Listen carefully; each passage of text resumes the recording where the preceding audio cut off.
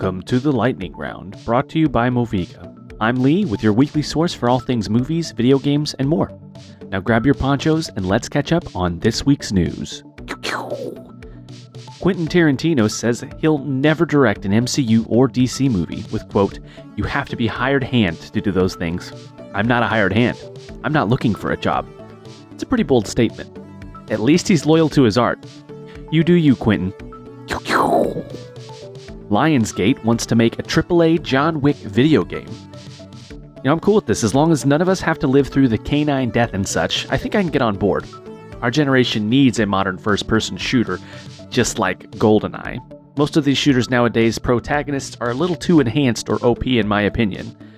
But whoever comes, whoever it is, I'll kill them. I'll kill them all. In the game, I mean. HBO cancels Westworld. Interesting move by the studio, but they made it to 36 episodes and 54 Emmy nominations. Maybe fans can mail a cowboy robot or something to HBO to try and save the series for a 5th season. I don't know, I've never actually watched the show.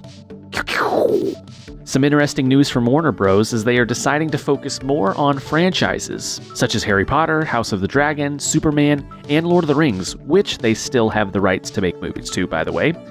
I'm all for elaborating on worlds and expanding universes, but some of these stories have been pretty well told as it is. So here's hoping we get new and original stories in these existing franchises.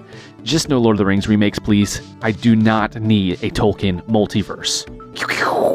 Some really interesting info from House of Dragon director, as he said the massive dragon chase scene was apparently inspired by How to Train Your Dragon. In quote, Greg said, "I watched the first How to Train Your Dragon movie because cinematically that was going to be great." I love this. Game recognizes game.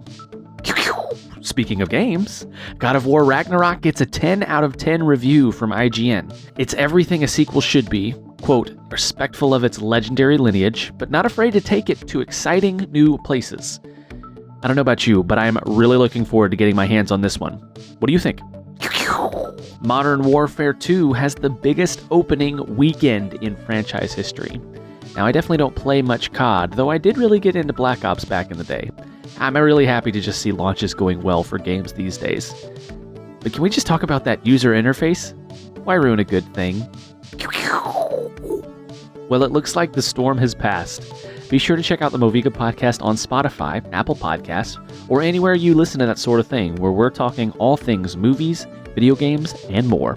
I'm Lee, and thanks for joining me this week for the Lightning Round.